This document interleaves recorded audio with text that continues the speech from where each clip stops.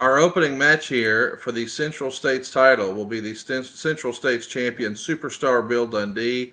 He was introduced second behind Dutch Mantel, the challenger. A year earlier, this would have been a big time main event, either in Memphis at the Mid South Coliseum or, I mean, a whole host of other places. But this is the opening match here on our Omni card. What can you tell us about Superstar Bill Dundee? I mean, I know he was a legend in Memphis, and certainly he had a run with you guys here in JCP. But even one that a lot of people don't even realize in WCW. What was your experience working with Bill Dundee like? Bill he was not braggadocious, let's say, that he was quiet. He was, but also self-assured. He wasn't the tallest wrestler in the world.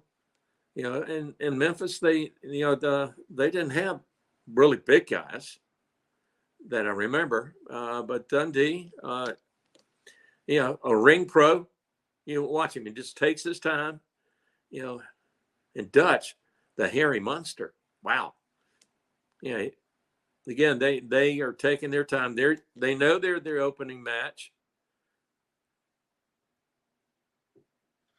It's fun because I think people who grew up in the Memphis area, man, they hold Superstar Bill Dundee in such a high regard.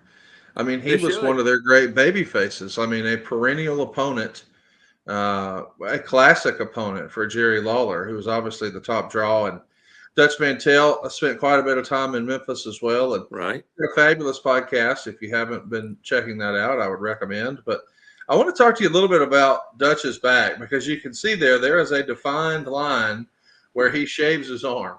And you can tell where there is a very visible and clear line that, okay, from here down, we're going to shave, but we're going to leave that. As silly as it sounds, having the hair on his back exposed like this is part of the presentation, is it not? Yeah, I mean, he's supposed to be a true monster with all that hair. He's got to be a monster. Yeah. And see, these two guys, now you said, Superstar was a babyface. Now he's a heel. He's trying to be a heel here. Let's get the bull whip. Like they just Who's our referee there? What's our referee's name? I'm trying to figure him out. He doesn't. I am not sure. Well, the Omni, of course, is a building that's been held in really, really high regard for a long time. I mean, I've even heard Arn Anderson say this was like his Madison Square Garden, the Madison Square Garden of the South. I know that Tony Schiavone really held Greensboro in really high regard. You see a great shot there that Silva's showing us of the old Omni building. I mean, that looks like, just the facade of it looks like it's part of Star Wars and it's Darth Vader's lair or something, doesn't it? It really does. What did you think of the Omni? Was that a building that you sort of romanticized? It felt like a big deal for you guys too? Yes. Believe it or not, one reason was that Jim Oshus, his son, also worked at Jim Oshus was Greensboro. And then his son worked at the Omni. So, it was just like putting on an old pair of shoes. The people in the background, as far as people working around the building, ticket sales, it was just like family.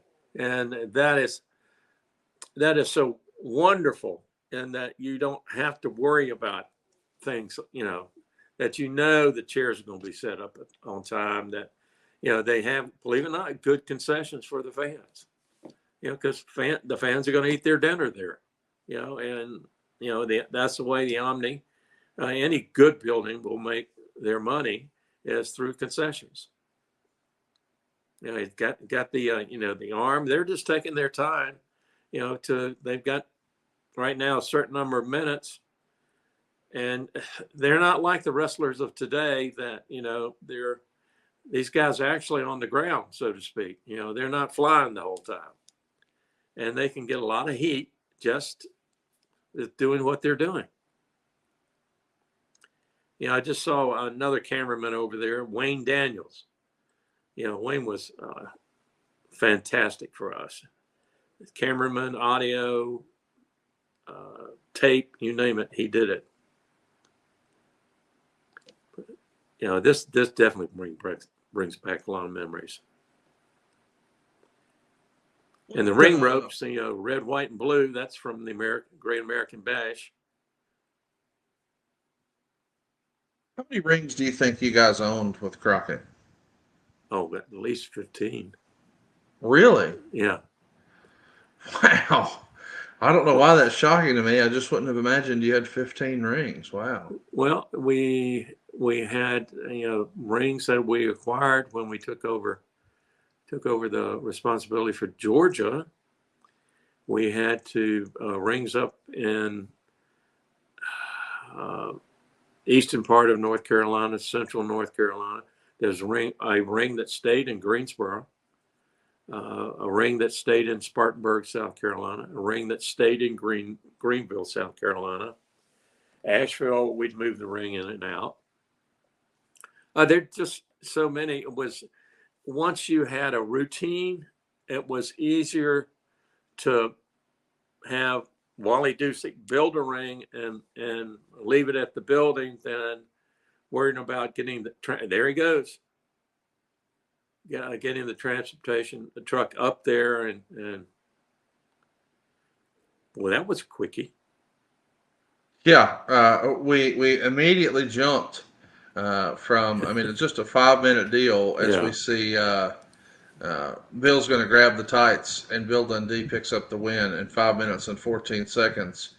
But I mean, you're talking about a 31-second match we just saw with Jimmy Garvin and Bob Armstrong.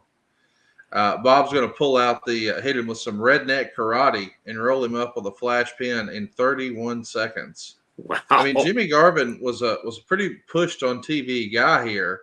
So to see Bullet Bob finish him off in 31 seconds, that's kind of interesting. I mean, I know that Bullet Bob is a staple of Marietta and certainly a hometown boy, but goodness gracious, 31 seconds. Yeah, that was.